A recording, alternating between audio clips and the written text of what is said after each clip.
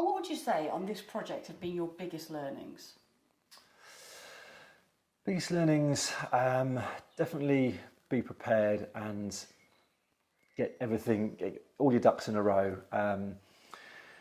Simple things like satisfying planning conditions or discharging planning conditions was not nearly as straightforward as I thought. I thought once you sort of got the planning permission that right, you were just off to the races.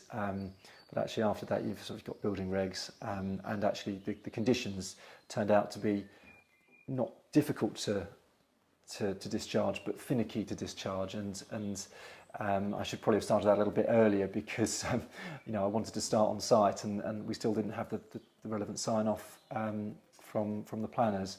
So definitely kind of be on top of all the paperwork that you need to be on top of, and get all the right people involved at the right time.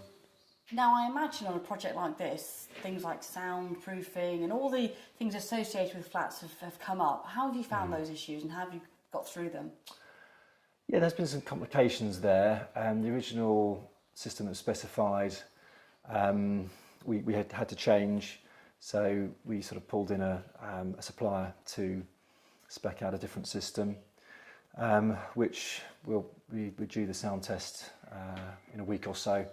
So fingers crossed that has all worked. Yeah, and there's a lot of other bits and pieces that you have to do which you don't on a standard refurb. So you have to kind of go through a SAP rating process, which is something that looks at the energy efficiency of the building, and how the insulation and the fabric of the building works. And then you kind of have to sort of perhaps tweak the specification to make that hit the right standards.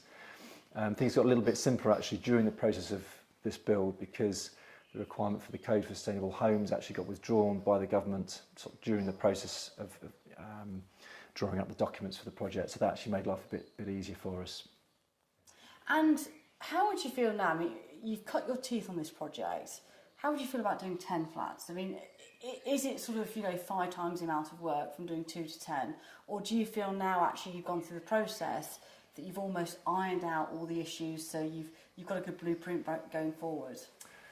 I think every project's always going to be different, but definitely what I've learned here is there's a degree of replication. Just doing 2 flats, which makes life a little bit easier. The kitchens and the bathrooms are pretty much the same. The floor plans are fairly similar.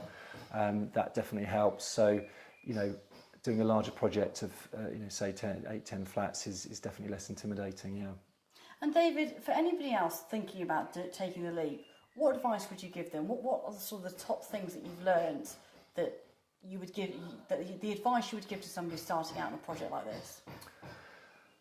I think the costs never go down, and so you really have to be on top of your costs and know your budgets, and that's sort of inextricably tied up with sort of planning ahead and just getting all your ducks in a row.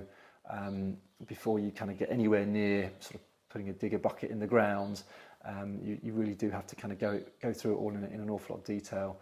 So you need the right people with the right expertise in terms of designer, architect or architectural technician, engineer, the people who do the various soil investigation tests, all that sort of thing, to give you the right advice. And you need to sort of pull all that in and kind of put that into your sort of both the programme, the time, and also the budget, and make sure everything is still stacking up and working. David, thank you very much for your time. We really appreciate it. Thank you. I'm joined by David. This is a special interview for Property Investor News, and we're on site for his first project out the ground, which is just a few weeks away from completion. My name's Kelly Lemon, and we'll see you soon.